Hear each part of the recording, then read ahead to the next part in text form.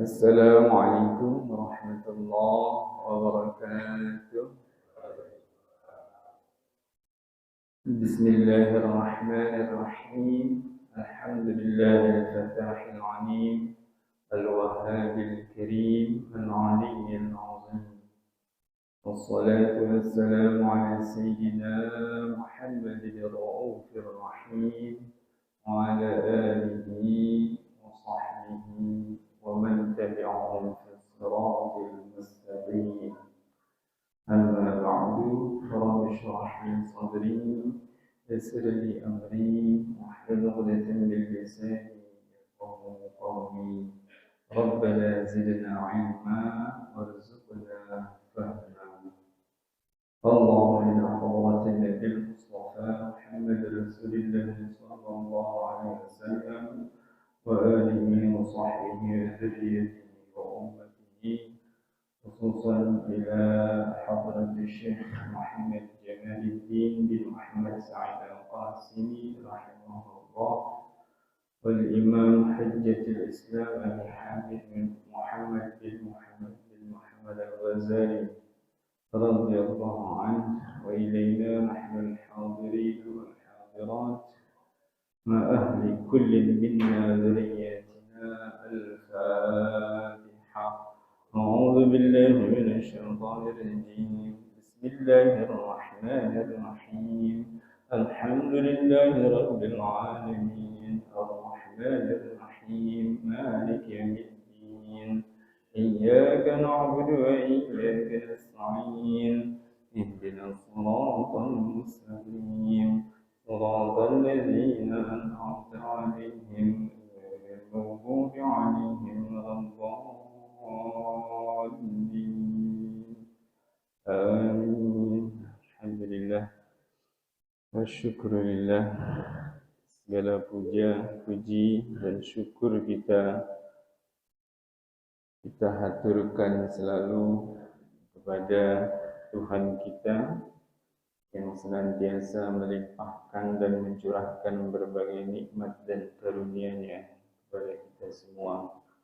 Semoga Allah Subhanahu wa taala berkenan mengampuni dan memaafkan segala kesalahan dan dosa kita, memperbaiki segala kelemahan dan kekurangan kita, menerima segala niat baik dan usaha kita, dan mengembalikan kita ke hadiratnya dalam keadaan husnul khatimah. Dan semua kebaikan yang Allah berikan kepada kita, semoga Allah berikan pula kepada semua keluarga kita, saudara-saudara kita, sahabat-sahabat kita, tetangga-tetangga kita, bahkan seluruh umat Rasulullah Sallallahu Alaihi Wasallam dimanapun berada. Amin ya rabbal alamin. Salawat dan salam semoga senantiasa Allah limpahkan kepada Nabi besar Muhammad Sallallahu Alaihi Wasallam. Dialah yang telah mengantarkan kesempurnaan agama ini bagi kita dan seluruh umat manusia. Alhamdulillah, pada pagi hari ini kita sampai pada bab baru, yaitu a'malus salatiz zahiratu. Bismillahirrahmanirrahim. Allahumma shalli ala sayyidina Muhammad wa ala ali sayyidina Muhammad. A'malus salatiz zahiratu. Amal-amal lahiriah dalam salat. Sebenarnya salat itu terdiri dari dua dimensi, dimensi lahiriah dan dimensi batiniah.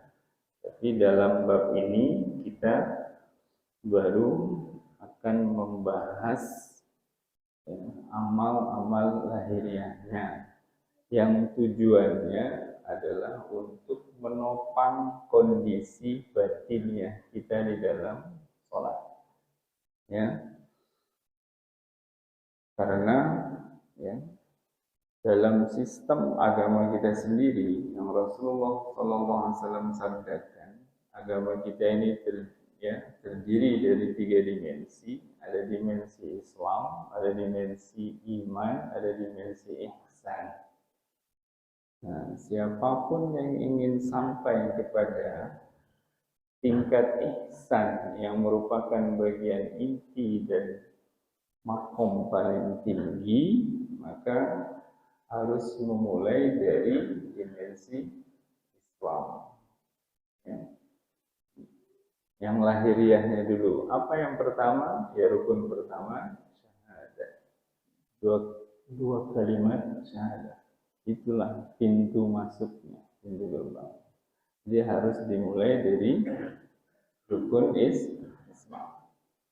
Rukun Islam diamalkan dengan baik, maka akan Allah anugerahkan, Allah masukkan kita ke dalam tingkat iman. Artinya nilai-nilai keislaman itu betul-betul tertanam sebagai keimanan di dalam hati dan jiwa kita. Kalau itu terus istiqomah diamalkan, terus, maka insya Allah akan Allah sampaikan pada bagian inti dan tingkat tertinggi, yaitu ihsan.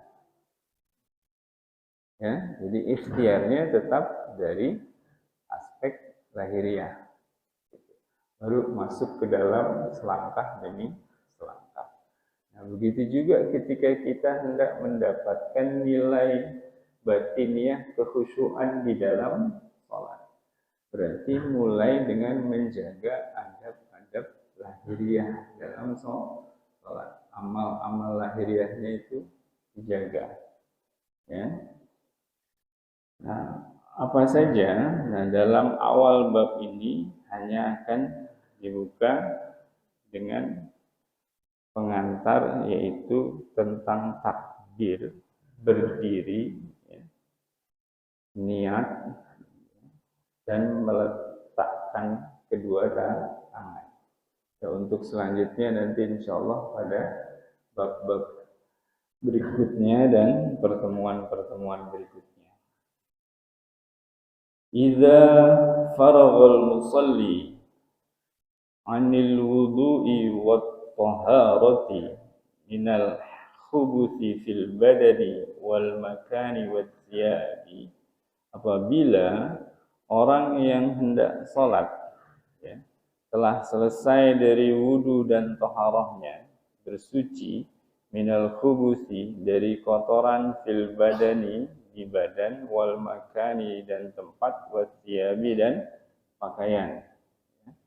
Jadi suci badan, suci tempat, suci pakaian. Ini sudah terpenuhi, sudah selesai disiapkan. Bisatril aurati, ya, juga dengan menutup auratnya, minas surwati ila rukbati, dari pusar sampai lutut. Nah, ini untuk laki-laki. Jadi di sini yang dicontohkan laki-laki. Ya, minas surwah, dari batas pusar, berarti batas pusar dari depan sampai ke belakang.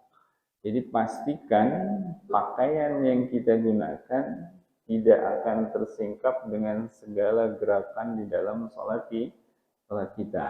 Misal, kemeja atau kaos yang kita pakai tidak terlalu pendek. Kalau terlalu pendek, saat kita ruku, apalagi saat sujud, ini akan terangkat pinggang kita, bahkan mungkin sebagian dari pantat kita bisa terlihat. Jadi auratnya terbuka, gitu ya. Kalau sekarang sih alhamdulillah saya udah jarang lihat, ya, udah jarang lihat kasus ini. Kemarin-kemarin masih sering, gitu. Terutama anak-anak muda. Kadang-kadang kan kaosnya pendek-pendek tuh. Ya, apalagi waktu zaman tren celananya agak melorot, nah, terus kaosnya pendek. Kalau berdiri tegak, pas banget itu ujung bawah kaos ketemu ujung atas celana, masih aman auratnya, masih tertutup. Tapi begitu ruku dia bergerak, kan belakangnya keangkat, ketarik. apalagi sujud turun. Nah itu berarti tidak sah salatnya. Jadi itu harus diperhatikan.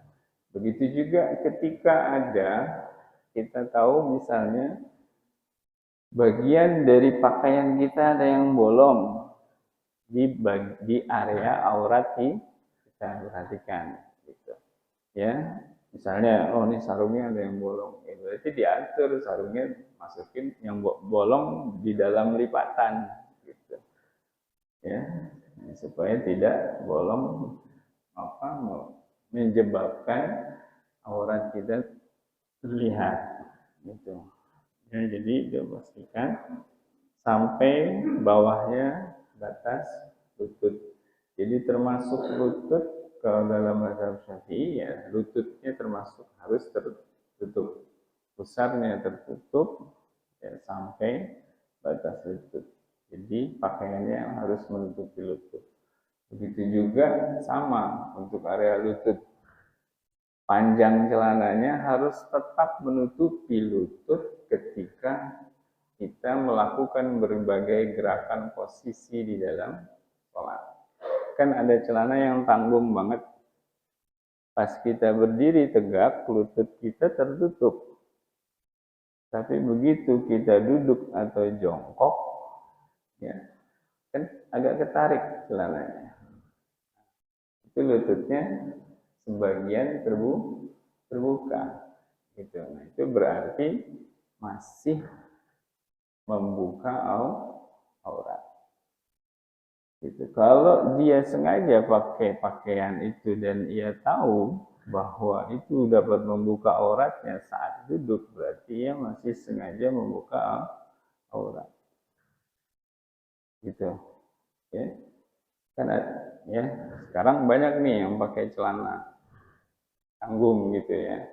Nah, perhatikan supaya panjangnya betul-betul mencukupi untuk tetap menutup aurat kita saat kita duduk. Ya, duduk kan biasanya agak ketarik celananya. Nah, maksud saya, kewajiban kita menutup aurat itu tidak hanya di dalam sholat, tapi juga di luar sholat. Itu, ya. Kita santai di rumah nih. Ketika misalnya yang melihat aurat kita hanya orang-orang yang memang mahram kita, tidak masalah. Gitu. Tapi ketika kita sudah keluar rumah, kerja bakti misalnya gitu kan, memang mungkin akan terasa lebih praktis gitu buat kerja. Karena celananya pendek, ya kan? Gitu. Tapi kalau kemudian itu melanggar hukum Allah, ya berarti kita melakukan kesalahan. Ya. Nah, jangan sampai itu disengaja. Kalau itu tidak disengaja, ya insya Allah mudah-mudahan dimaafkan. Yang sengaja pun Allah ampuni kalau kita minta ampun. Itu untuk diperhatikan bahwa kita wajib menutup aurat tidak hanya di dalam sholat, tapi juga di luar sholat. Ya, gitu. Baik laki-laki maupun perempuan. Kemudian setelah memastikan tadi kesucian badan, pakaian dan tempat serta tertutupnya aurat, apa? Fa'alaihi ayyan tasiba qa'iman. Maka hendaklah ia tegak berdiri. Buat yang mampu berdiri. Ya, tegak berdiri. Yang nggak mampu berdiri, ya sesuai kemampuan. Yang bisa duduknya juga sesuai dengan kemampuan. Ya, gitu. Sesuai dengan kemampuan. Yang bisa duduknya deprok misalnya, ya udah ngedeprok, gitu ya. Bisa duduknya selonjor, mungkin ya nggak bisa duduk dan tidak ada kursi, ya sudah. Gitu, ya. Sesuai kemampuan. Bahkan yang nggak bisa duduk hanya bisa berbaring. Tapi yang mampu berdiri, wajib berdiri dalam sholat wajib. Ya. Tapi kalau dalam sholat sunnah, tidak wajib berdiri. Jadi walaupun kita mampu berdiri dalam sholat sunnah, kita boleh sholatnya duduk. Ya, qobliyah ya duduk, jadi ba'diyah duduk. Padahal sehat gitu, nggak sakit, boleh gitu. Ya, sesekali gitu misalnya. Ya, boleh, boleh aja. Mau di masjid boleh, mau di rumah boleh. Karena sholat sunnah. Tapi kalau sholat wajib, wajib berdiri bila mampu. Sekarang bisa berdiri tapi biasanya sambil pegangan ya. Kalau memang bisa ada pegangannya berarti tetap wajib mengusahakan. Ya. Kalau orang oleh dulu itu sampai mereka bayar orang buat megangin mereka berdiri. Mereka nggak bisa berdiri kecuali dipegangin. Tapi nggak ada keluarga yang megangin gitu kan. Ini lagi kerja, lagi sekolah, lagi kuliah kalau zaman sekarang kan. Keluarga benar. Ya, yang ada orang lain. Kalau orang lain disuruh kan gimana gitu kan. Tapi kalau diupahin kan mau dibayar. Nah, dan dia mampu membayar, artinya berarti dia mampu mengusahakan dirinya untuk berdiri dengan membayar orang untuk megangin berdiri, berarti masih wajib diusahakan. Gitu, ya, masih wajib diusahakan. Pokoknya sekemampuan, bisa pegangan-pegangan, ya, bisa dipegangin, kita bisa bayar orang dan ada orang yang dibayar atau diminta tolong. Nggak ada, sudah, pokoknya sesuai kondisi kemampuan. Ya. Bahkan andai rokaat pertama kita nggak bisa berdiri, lalu rokaat kedua bisa berdiri, ya berarti rokaat kedua berdiri. Rokaat ketiga kita nggak kuat diri lagi, hanya bisa duduk, ya berarti rokaat ketiga duduk. Rokaat keempat ternyata kuat lagi berdiri, ya berarti wajib berdiri lagi. Pokoknya sesuai kondisi. Kalau memang kemampuannya naik turun, ya disesuaikan. Gitu. Ya. Karena saya sendiri pernah alami seperti itu. Jadi dalam sholat, sekian rakaat, kadang kuat diri, kadang enggak. Jadi ketika kuat diri, ya kita diri. Ketika enggak kuat diri, ya kita duduk. Tapi jangan dipaksakan juga kan gitu. Ketika wah nggak kuat nih bangun, ya bisa jatuh, misalnya bahaya. Ya sudah, duduk. Begitu terasa ringan bisa bangun, ya bangun. Kadang-kadang di tengah, wah ini limbung kayak mau jatuh gitu kan. Ya udah langsung turun, duduk gitu. Ya, di tengah-tengah berdiri, tengah rakaat sholat, ternyata kita merasa nggak kuat, gitu kan? Di awal kuat, ternyata di tengah-tengah kuat, ya udah tengah-tengah kita duduk. Gitu. Jadi usahakan dulu, ya semampu kita usahakan. Ya, ketika di awal bisa berdiri ya berdiri, ya. Terserah sampai mana itu kuatnya, gitu, ya sampai mana. Nah itu kenapa? Karena wajib, ya, wajib berdiri dalam sholat wajib itu wajib sesuai kemampuan.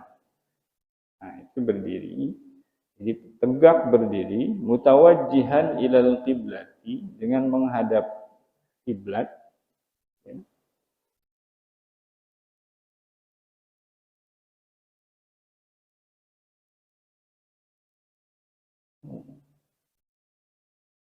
Wal yuqarrib dan hendaklah ia mendekatkan ya, min jidaril haiti ya, kepada tembok pembatas. Jadi kalau bisa kita sholat kemudian dekat tembok atau tiang atau dinding di depan kita itu lebih baik. Kenapa? Karena mencegah mata kita, menjaga pandangan kan udah kita di depan nggak akan melihat apa-apa. Ya cuma ini ada tembok gitu, mencegah nggak ada yang lewat mundar mandir misalnya di depan. Tapi kan kalau kita sholat di tengah misalnya, ya kan ada orang lewat. Nah ini artinya apa? ikhtiar semaksimal mungkin untuk mengkondisikan kekhusyuan batin. Ikhtiar, kondisikan sebaik mungkin yang lebih memudahkan kita untuk tenang dan khusyuk.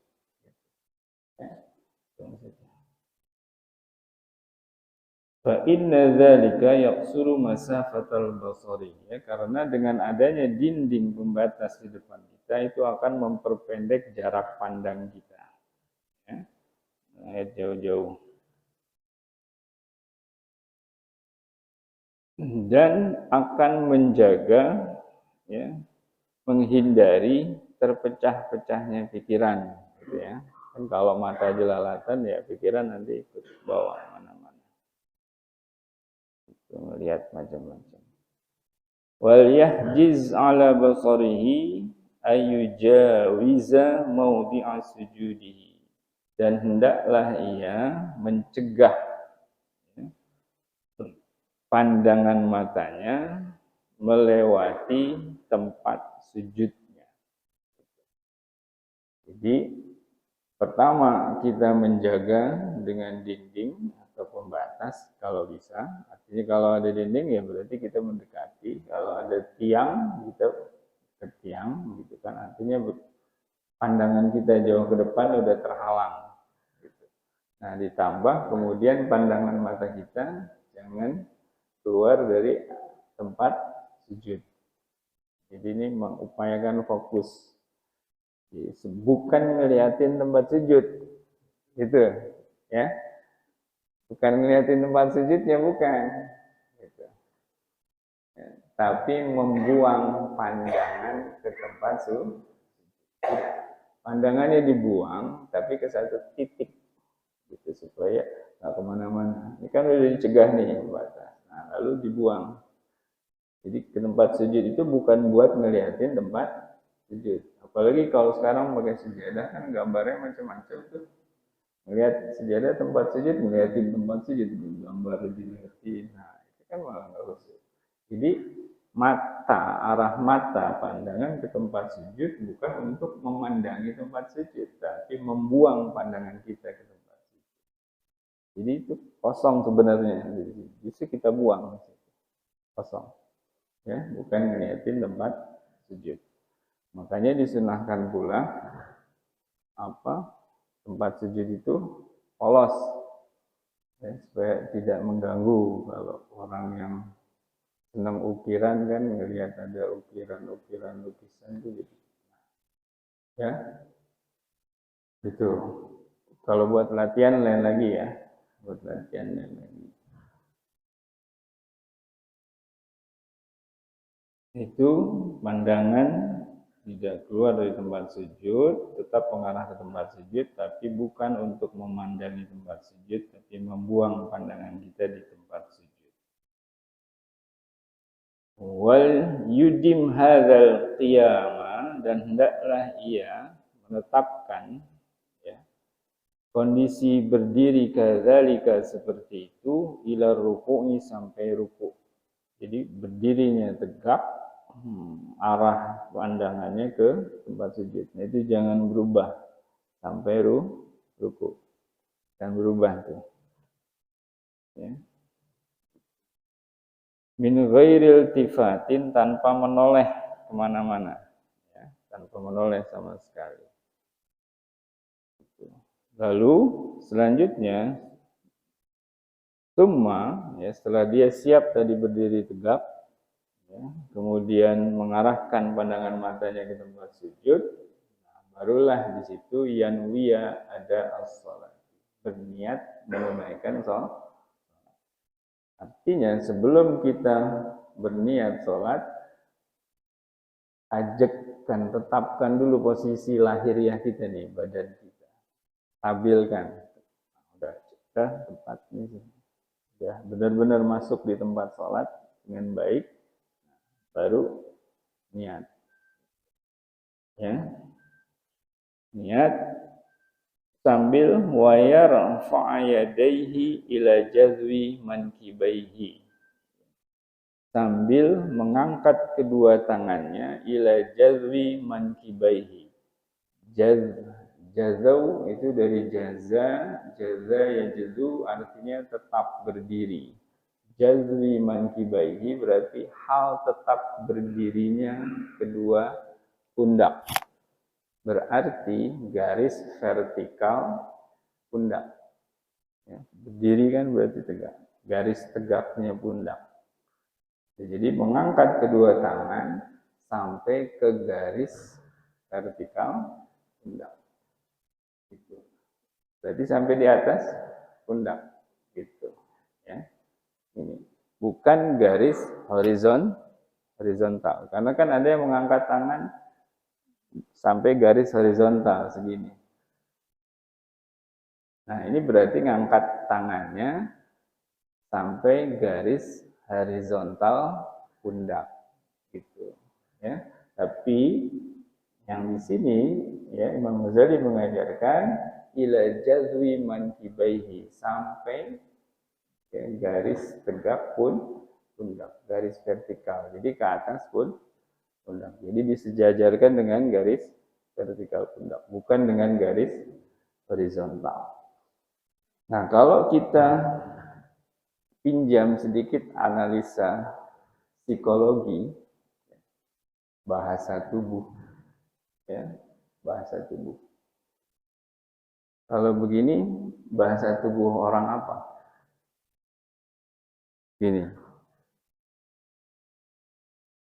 Ini bahasa tubuh orang menyerah. Ya, bahasa tubuh orang menyerah, pasrah. Ya. Kalau begini, ini bahasa tubuh orang apa?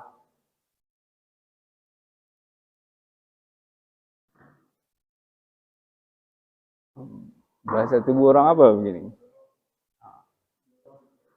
Bahasa tubuh orang mau melawan. Iya kan? Kalau begini, bahasa tubuh orang melawan, mau nyerang. Gitu. Ini kajian psikologi, kita pinjam sedikit sains. Karena semua ilmu hakikatnya dari Allah. Selama itu tidak bertentangan dengan Al-Quran dan Sunnah, berarti ilmu itu benar. Walaupun patokannya tetap Al-Quran dan Sunnah. Kalau ada perkembangan sains yang menyalahi Al-Quran dan Sunnah, kita tinggal.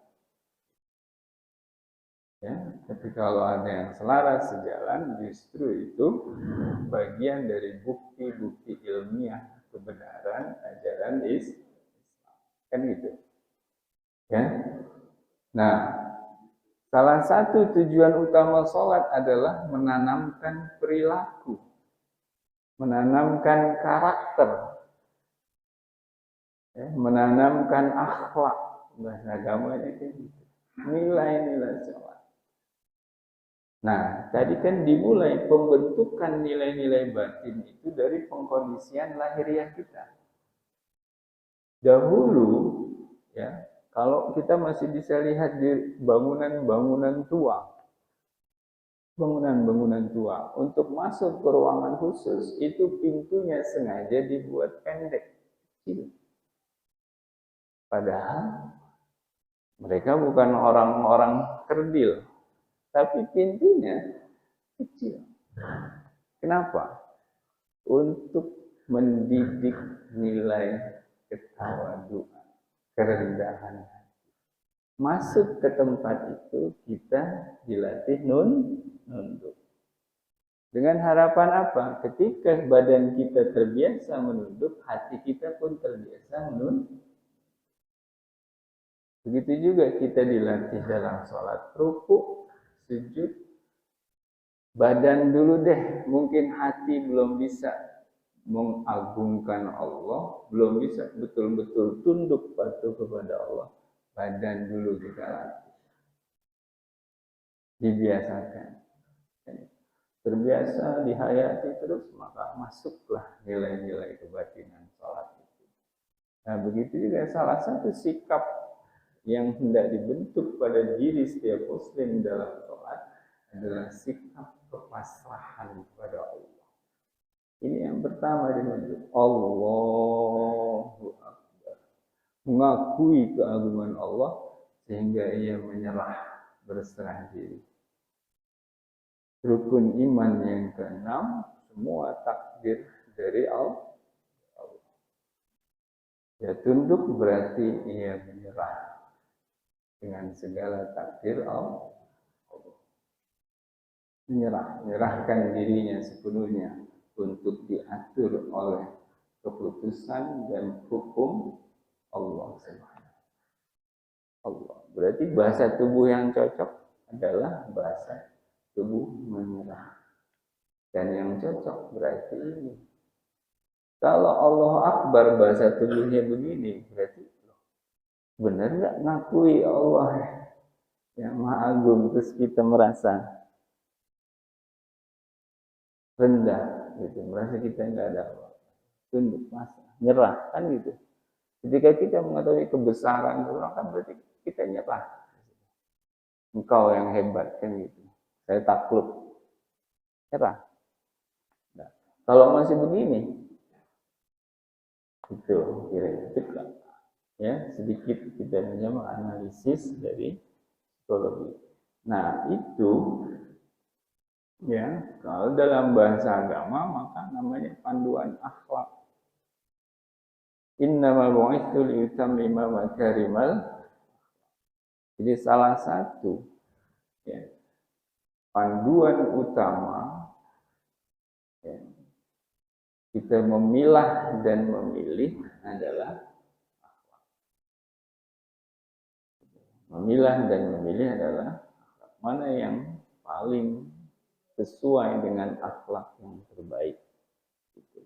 Ya, Masya Allah, itulah yang terbaik.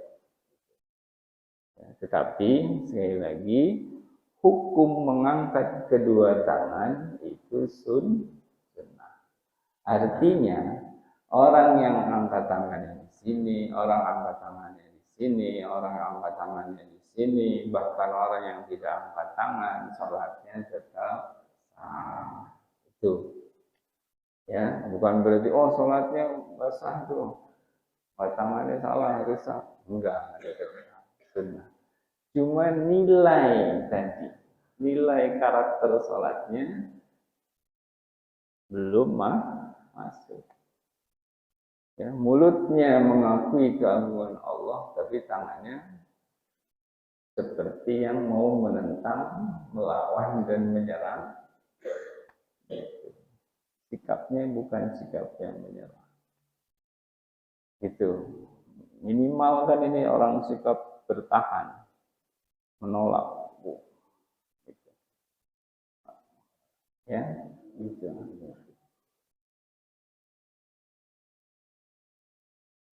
Karena itu pula Rasulullah SAW melarang orang sholat dengan mata menatap ke atas. Ya sama. Kita berbicara sama orang yang kita muliakan, hormati orang besar. Sama guru, berani menatap matanya. Apalagi kalau guru lagi marah. Ya, kita orang besar berani kita liatin matanya. Tunduk. Ya kan bukan berarti kita nggak perhatikan Yesus yang kita perhatikan dan kita tunduk. Itu. Nah, berarti kan kalaupun batin kita belum sampai, belum merasakan itu, paling tidak latih dari lahiriahnya. Itulah ya diantara manfaat adab-adab lahiriah. Jadi mengangkat tangan sampai garis vertikal pundak atau bahu. Mukbilan bikaffaihi ya, ilal qiblati, dengan kedua telapak tangannya menghadap kiblat. Wa yabsutul asabi'a wa la yaqbiduha. Tapi tidak merenggangkan jari-jari dan tidak juga merapatkan. ya. Gitu. Tidak berlebihan merenggangkannya, tidak juga berlebihan merapatkannya. Jadi biarkan dengan kondisi alaminya. Ya, jadi bukan angkatnya gini. Ya. Jarinya enggak direnggangkan, begitu juga enggak dirapatkan kayak gini. Tapi kondisi alaminya saja begini biasa. Gitu. Ya. Jadi enggak direnggangkan begini. Kan ada video tata cara sholat. Sekarang tata cara banyak lah video-video gitu. Ya. Tapi kan begini jarinya, terlalu renggang. Enggak direnggangkan. Juga tidak dirapatkan. Biarkan dengan kondisi alaminya. Itu sudah begini. Kondisi alami. Menghadap kiblat tapi ini biar dengan kondisi alami. Enggak direnggangkan begini, enggak dirapatkan. Nah, ya, itu. Apa? Kondisi jarinya. Nah, kemudian, nah itu disertai dengan takbir. Nah, ketika selesai takbir, hendaklah ia meletakkan kedua tangannya ala sadrihi. Ala sadrihi. Nah, sadr dalam bahasa Arab itu artinya banyak. Yang paling sering digunakan dan diartikan memang dada. Sadr. Tapi arti sadr bukan hanya dada. Ada misalnya frasa sadrul qaumi. Sadrul qaum. Apa artinya? Sadrul qaum itu artinya kepala kaum, kepala suku. Berarti sadr di situ artinya kepala. Bukan dada. Sadrul qaum artinya kepala kaum atau kepala suku. Gitu, bukan dada. Ya, kemudian misalnya sadrus saub. Saub itu baju. Saub, sadrus saub. Saub itu baju. Apakah sadrus saub artinya dada, bagian dada dari baju? Bukan. Sadrus saub itu bagian depan dari baju. Ya, jadi kata sadr itu bisa berarti dada, bahkan kepala atau pemimpin. Bagian awal dari segala sesuatu, sadrul bait misalnya, itu bagian awal bait syair. Sadrul bait itu bagian awal bait. Nah, bisa juga artinya bagian depan dari segala sesuatu. Jadi ketika teks hadis menyatakan meletakkan kedua tangan ala sadr misalnya, nah tafsirnya macam-macam kan. Nah, dalam mazhab Syafi'i, ya, mazhab Hanafi, itu, mazhab Maliki, 3 mazhab itu memaknai sadr bagian depan. Ya, dari 4 mazhab, 3 mazhab meletakkan kedua tangannya di bagian depan. Tidak ada yang memaknai sadr dengan dada ini. Makanya enggak ada ya imam mazhab dari keempat mazhab yang meletakkan tangannya di sini. Enggak ada. Gitu, enggak ada. Itu orang modern, orang baru. Nggak tahu itu dari imam mana. Ya, apakah imam apa nggak tahu dari imam mana ya. Itu, nah, ya, gitu. Nah, sekali lagi, nah, dalam kesempatan ini saya ingin mengingatkan, ya, salah satu prosedur penting kita belajar agama, ambillah dari sumber yang terpercaya. Bukan dakwah kita memanfaatkan kemudahan teknologi, tapi siapa pemberi informasinya, gitu. Sekarang kan banyak beredar video-video bimbingan dan tutorial agama. Tapi itu dari mana sumbernya? Gitu. Itu yang pertama. Ya. Hadis saja, teks hadis, tulis teks hadis. Ya, lafal hadis atau tulisan hadis itu nggak bisa dikatakan sahih kalau sumbernya nggak jelas.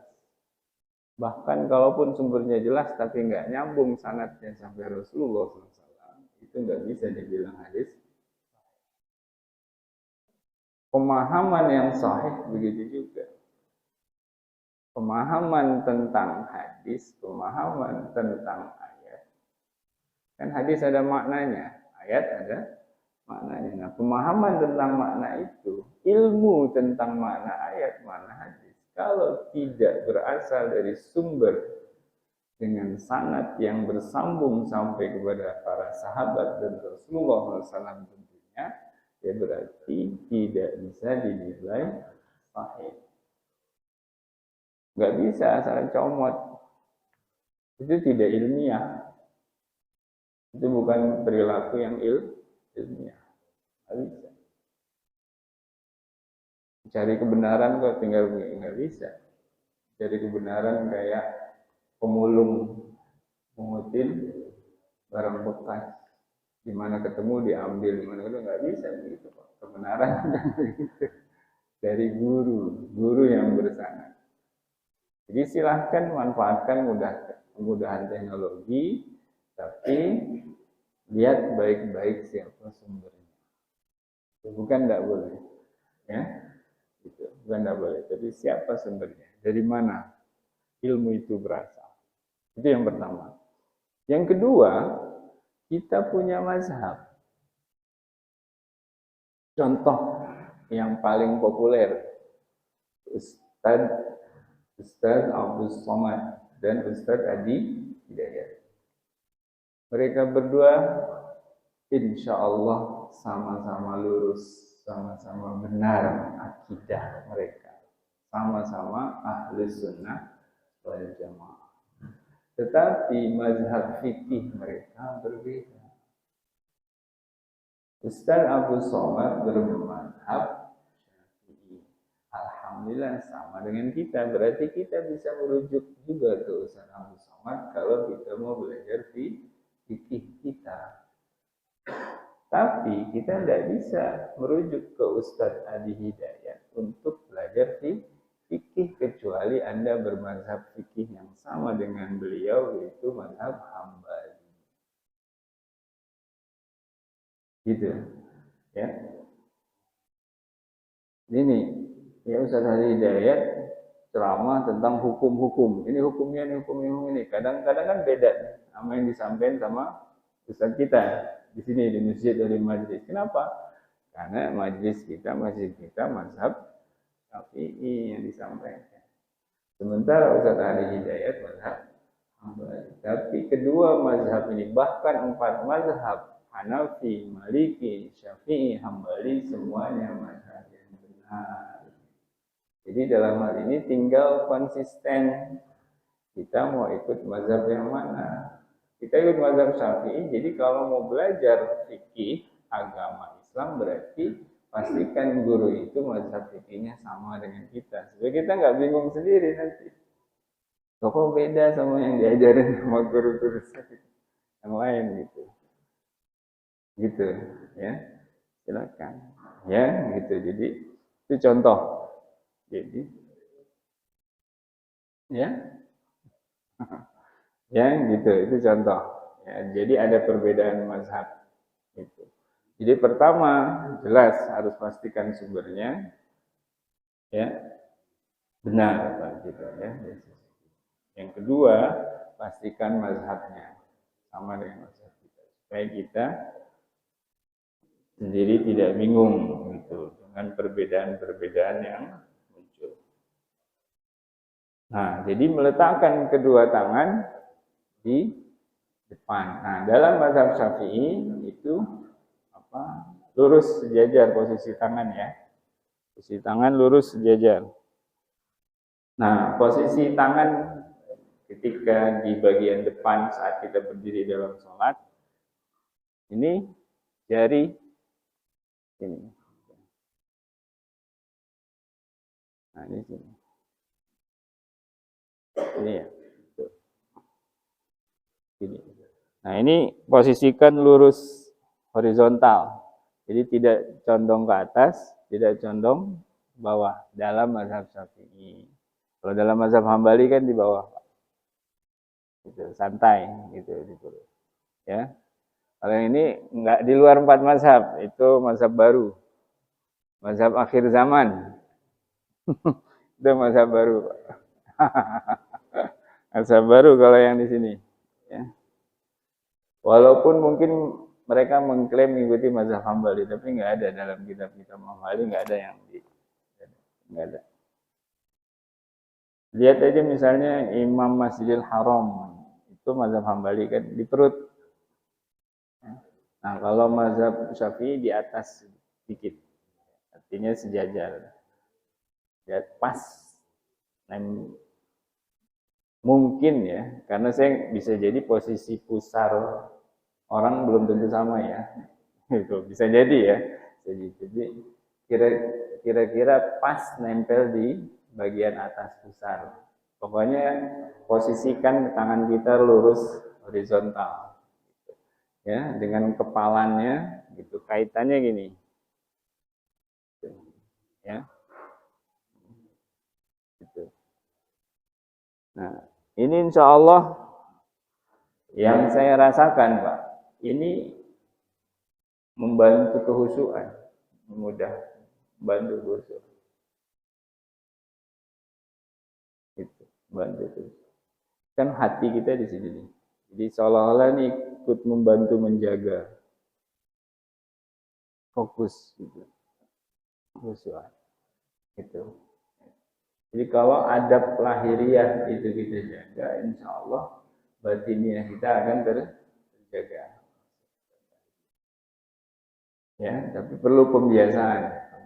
Di awal mungkin seolah-olah konsentrasi kita jadi pecah, seolah-olah, ya, karena kita memperhatikan adab-adab lahiriah. Tapi setelah dibiasakan, justru itu menunjang kehusuan, kan lebih mudah khusyuk.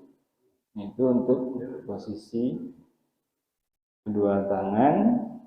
Nah, untuk pengucapan takbirnya Allahu Akbar, ya. Nah, yang diperhatikan pertama hu dan akbar. Nah, sambungan dari Allahu Akbar, nah itu jangan sampai menambah huruf waw di situ. Jadi jangan Allahu Akbar, gitu, ya. Bukan hu akbar, hu akbar, Allahu Akbar, ya.